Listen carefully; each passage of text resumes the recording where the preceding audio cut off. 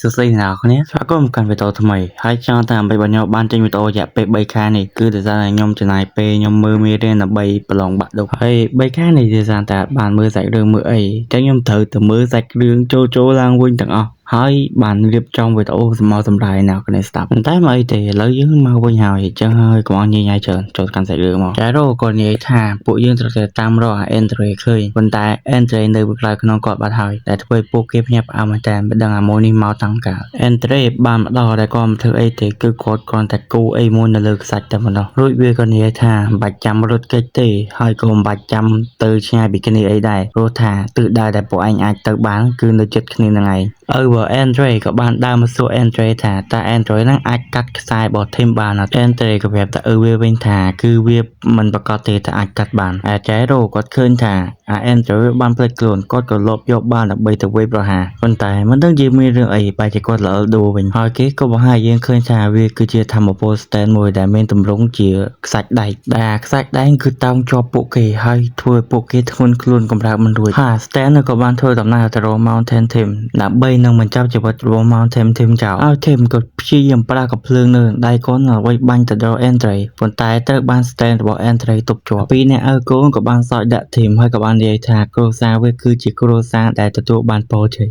ស្អីគេទេដោយសារតែទម្ងន់គាត់និងទម្ងន់របស់ខ្សាច់ដែកក៏ធ្វើឲ្យខ្សែរបស់គាត់ដាច់ហើយធ្លាក់ទៅរក Jairo និង Johnny ហើយបើមិនជា Tim ក៏ធ្លាក់ទៅមែនច្បាស់ណាស់ថាពួកគាត់នឹងជាប់គ្នាដូចដែកឆក់ចឹងហើយនឹងជាប់រហូតដល់បែកសាច់ខ្ទេចហើយឪកូនពីក៏បានសោយថាវាគ្មានប្រយោជន៍ទេទោះឲ្យខំធ្វើអីក៏ដោយសារតែខ្សាច់ត្រូវបានរួមដៃ Jairo ជាប់តែ Jairo ក៏បានប្រាប់ Johnny ឲ្យធ្វើវាទៅដោយសារតែដៃគាត់ត្រូវបានខ្សាច់ដែករួមជាប់អស់ហើយដែលនៅសល់តែ Johnny ចេះតែអាចធ្វើវាបាន Jairo បានប្រាប់ឲ្យ Johnny ប្រើ spin ទៅលើក្រកភ្លើងដែល Tim បានបាញ់នោះហើយគាត់ក៏បានប្រាប់ឲ្យ Johnny រើសវាឡើងនិងបង្វិលវាទៅជា spin ទៅដោយសារតែវាមិនមែនជាដែកចឹងហើយ Johnny អាចរើសវាមកបង្វិលទៅជា spin បានដោយមិនបាច់ត្រូវដែកឆក់ទៅដោយសារតែ Johnny ក៏ស្ទាក់ស្ទើរពេកពេលនោះ Tim ក៏បានហោះមកដល់ដោយសារតែកម្លាំងដៃស្រូបហើយ Tim ក៏បានហោះមកបោកពួកគេទាំងពីរនាក់ដែលធ្វើឲ្យពួកគេជាប់គ្នាដូចដែកឆក់អញ្ចឹងតែមិនយូរទេបើសិនជាពួកគេនៅតែបន្តបែបនេះទៀតពួកគេនឹងរួមបញ្ចូលគ្នានឹងបែកចេញគ្រឿងក្នុងអស់ហើយពួកយើងមិនមានពេលច្រើនទៀតទេ Johnny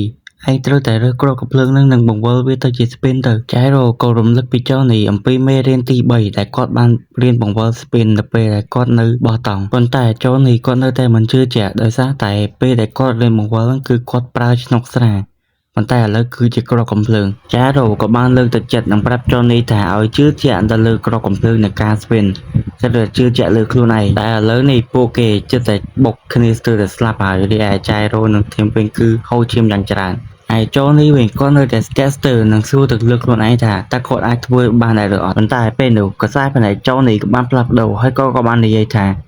ប៉ុន្តែនេះហើយគឺជាមូលហេតុដែលខ្ញុំមកការប្រកួតមួយនេះគឺដើម្បីដឹងអំពី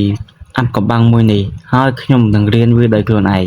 នឹងបញ្ចប់រឿងគ្រប់យ៉ាងដែលបានកើតឡើងទាំងអស់គាត់ក៏បានរើសក្រកកំភ្លើងមកនិងបង្កើតឲ្យវាទៅជា spin រីឯខ្លួនរបស់ Jairo វិញគឺចិត្តបែកខ្ទេច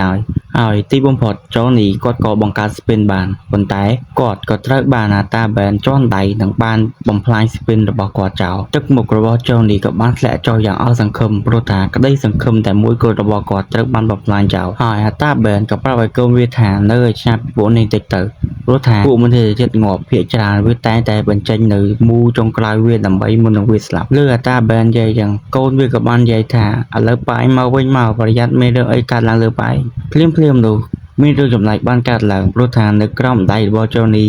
ចាប់ផ្ដើមមានការបង្វិលដែលនោះគឺជាការ spin Tim ឃើញបែបនោះគឺគាត់ពិតជាឆ្ងល់ជាខ្លាំងហើយ Jairo វិញក៏គាត់ឆ្ងល់ដែរព្រោះថាមិនដែលឃើញរឿងចឹងកើតឡើងទេដោយគាត់ក៏សួរ Johnny ថាតើមានរឿងអីកើតឡើង Johnny គាត់ក៏បានទាញដៃរបស់គាត់ត្រឡប់មើលឬក៏បានឃើញថាហើយគាត់ក៏បានឃើញថាកញ្ចក់ដៃរបស់គាត់គឺបានមកវិលដែលនោះគឺជាការ spin ចេញតាមកញ្ចក់ដៃរបស់គាត់តែ Johnny គឺគាត់ស្លន់ស្លោមែនទែនរីឯ Tim វិញគាត់គិតថានោះប្រហែលជាធម្មពល stand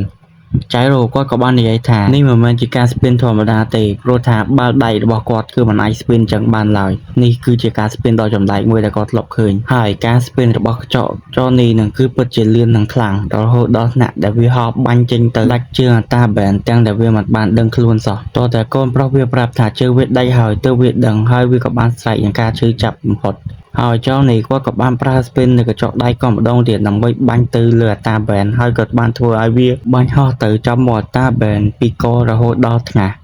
ហើយវាក៏អាចធ្វើឲ្យ Ata Ben អាចនឹងស្លាប់បាន